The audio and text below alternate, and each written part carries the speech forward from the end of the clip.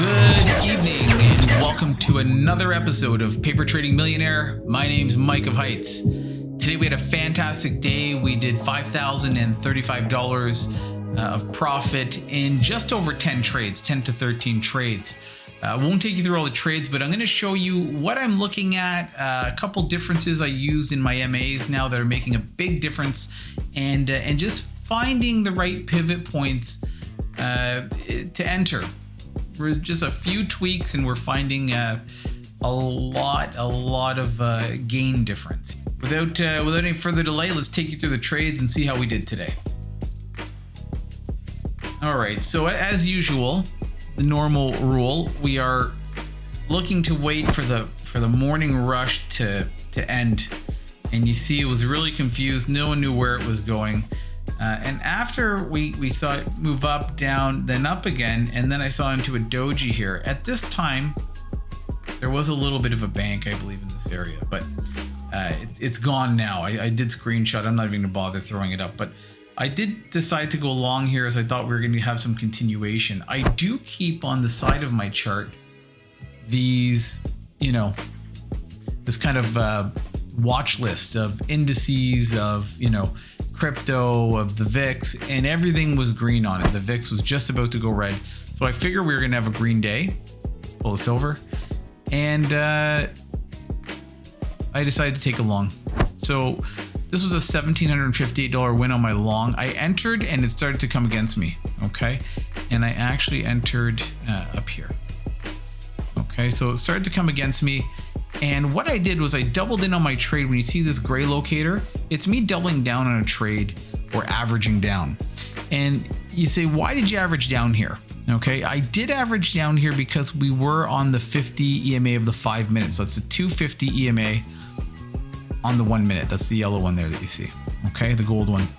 So it's a strong point of support. Okay, you can see that, it was bogging in this area a little bit. And so when it came down here, I had the previous day high, which is this blue line, as another support. And I believe I had an order bank somewhere in this area. So it gave me a lot of confidence to double in with not a ton of risk. So you see, I put my my stop just below the previous high of day, which was this blue line right there. So doubled in right at that 50 or 250 EMA, and it literally just fought back and forth. When I got to here, I thought we were fine. And you can see it came down again to touch this 250 EMA and then took off. And so when I'm in here, I was 20 contracts in, at here 40 contracts in, and see it was down, average down at the 250 EMA with a stop just below the previous day high. So that's where we were, right? And just had to get to here. That's 1758. Your day is literally done in one trade in 29 minutes. So that was a great trade. I was happy with that. And then everything was going to be tight leash from now on. So what I started to do was look for, and you can see I put them on my charts right here. You have your higher highs, you have your higher lows. Okay. You also have lower lows, you have lower highs. And what I'm trying to do is find that movement in the chart that goes,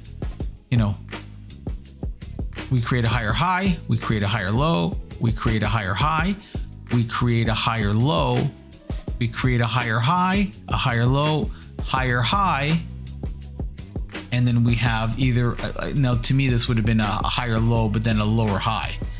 Okay. And then it's coming down. That's the inversion. So you're looking for that inversion there. And that's what I'm hunting. So I'm actively looking for those moments to enter trades. Okay. I really didn't touch anything till here. I saw a higher high pop up and I entered the trade right here because it was in a reversal zone. I might have even wrote that. So no, just showing a short. So this is actually a short. After we had this big run up, a pullback, a run up again, and a high of high hit, just a candle before, I went short, just a tight leash, $216. And that was a real easy one. And it's because we were in the reversal zone. Okay. Once I got out here, it started to climb back up. So I said, you know what? We're against a trend tracer. And the short leash was because of this green trend tracer. You don't want to trade against a trend tracer. If you are, it's got to be tight leashed. You got to get in and out of it right away and just keep your losses minimal, because you are likely going in the wrong direction when trading against that thing specifically. Not to mention, we have all of our EMAs are below us. We have our 1,000, our 250, and our 50. Okay, so I went long and it was bang on. I only went in with 10 contracts, and it was a long off an order bank. And so the order bank is wiped out here, but you saw a big rectangle. I took the long off the order bank for $216. I let it go in this reversal zone, but it could have went a lot higher. Like that could have been $430, $500 or so. So I let that go a little bit early, but I didn't want to trade through the reversal zone. We would have been up in 2,200 area now. And so I'm playing super cautious every time I'm taking some of these trades at this point, making sure that I don't mess anything up that I've already gained for the day, or you just walk away. So first loss, I was going to walk away. I actually didn't have any today. I was, I don't know, 13 for 13 or so. Anyhow, this next trade was a short. And the reason for taking this short was the trend tracer went red. So as you can see, that trend tracer, let's zoom in a little bit more, was green, went red. I saw the red trend tracer and took a short, and my stop is just above that previous candle. So look how tight leash that is. And so in on a short, and I just hung with it, and boom, right down. After the lower low, we got out. So it was fighting a little bit, it dumped, and I got out right there for $578. And this would have put us up in the $2,800 area, so maybe a bit more. 17, 400, 21, so 600, 27, $2,800. Okay. And so now it's really taking things slow, and you can see that this thing's losing momentum. And this is kind of a major point. So let's look at this. Oh, sorry. Part of that short before, when you want to look at this again, is this guy here. Is this thing is getting overbought on this Lux Algo indicator. As this cloud picks up in color and it goes more opaque, okay, you can't really see through it now. That was my indicator to take the short. We were going to have a breather, and same with the trend tracer. So even though I was against the ribbon here, it didn't cross over yet to red. I entered being in a reversal zone, being with a trend tracer, and having this cloud creep up saying, hey, this is about to go red. So I thought we had a pretty good entry on that, which we did. So that was a reason why we took that last one. Okay. Now for this, we are getting into this higher high, higher low pattern breaking. Okay. So we had a lower low here. Okay. Then we had a higher low. Okay. And then we had a higher high, higher low, higher high, higher low again, higher high. Okay. And then it started to pull back, and I said, okay, maybe a higher low here. Okay. It didn't punch it in there. You see how it doesn't say it's not giving me the indicator, but I'm saying, you know what? It's losing steam. And you can see here in the bottom of the indicator, just kind of flipping back and forth. I didn't think it was going to rocket up. And so what happened was this would have been a higher low, and this would have been a lower high. And so when I saw the lower high and it came down, it cracked this M pattern. I drew that. Remove. So that's your M. Okay. And we're looking for W's and M's always. Once it cracked that, I decided to get in. And you can see that's right where I got in. And this thing fell. And what does it say here? Short one, higher high, not created, tipping point M pattern. Exactly. So the higher high wasn't created here. Would have been a higher low. And then we cracked that M, and we even had red trend tracer. Didn't even notice that. Took this guy right down to the 50 EMA. Okay, for $860. So that puts you, you're in the area of 28, another 860. So you're 3,600 or so at this point, 3,600 and change. And now you're just watching this thing play out.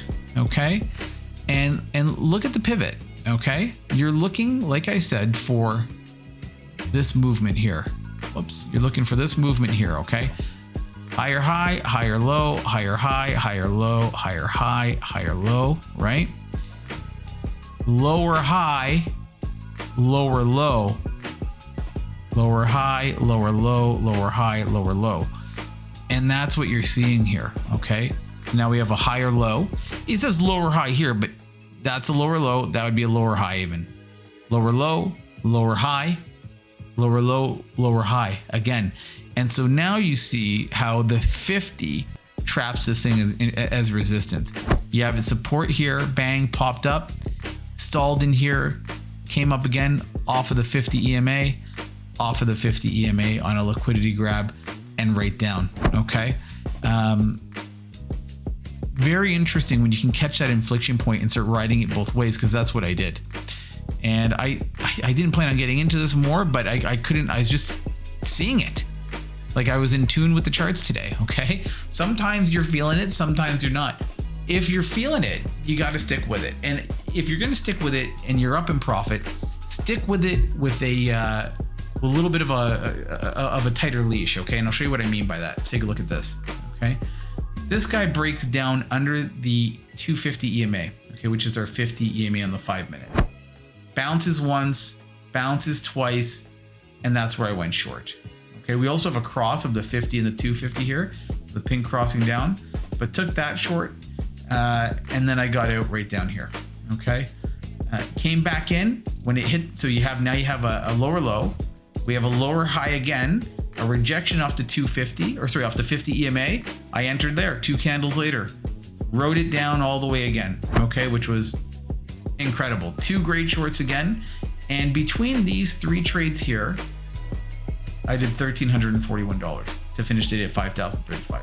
Down here, I just came back to the computer. I saw that this thing was kind of pushed pretty far down, and I took a long with low leverage and exited. I could have played it to here, and actually the trade didn't go well. The trade was literally to here, and I got out right there. Okay, this other guy in. Got out right there, and that was the day. So between these 3 trades, $1,341. And it, once something pulls away from the 50 EMA, it's gonna come back to that 50 EMA like clockwork. I don't know if they had a short rally cover. There could have been. Let's see.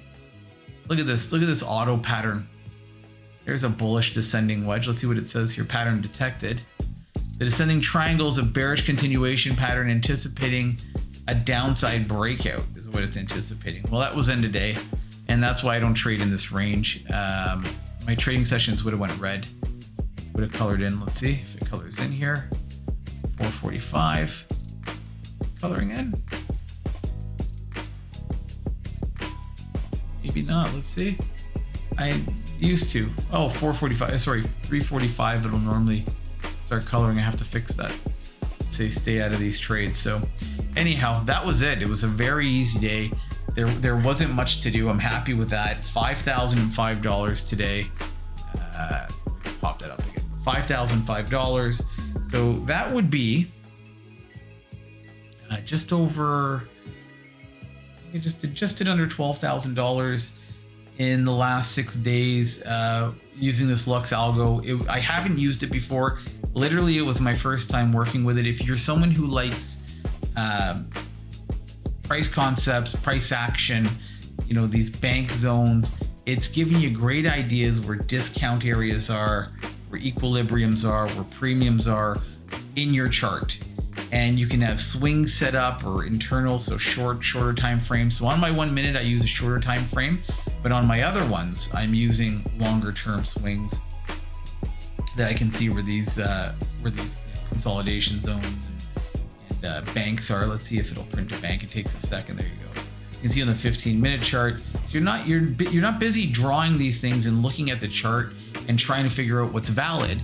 You're literally just watching price action and making decisions on when you should enter and when you should exit. So anyways, I'm feeling it. It's going well. I hope you guys tune in again, and thank you for watching Paper Trading Millionaire. We'll talk to you later.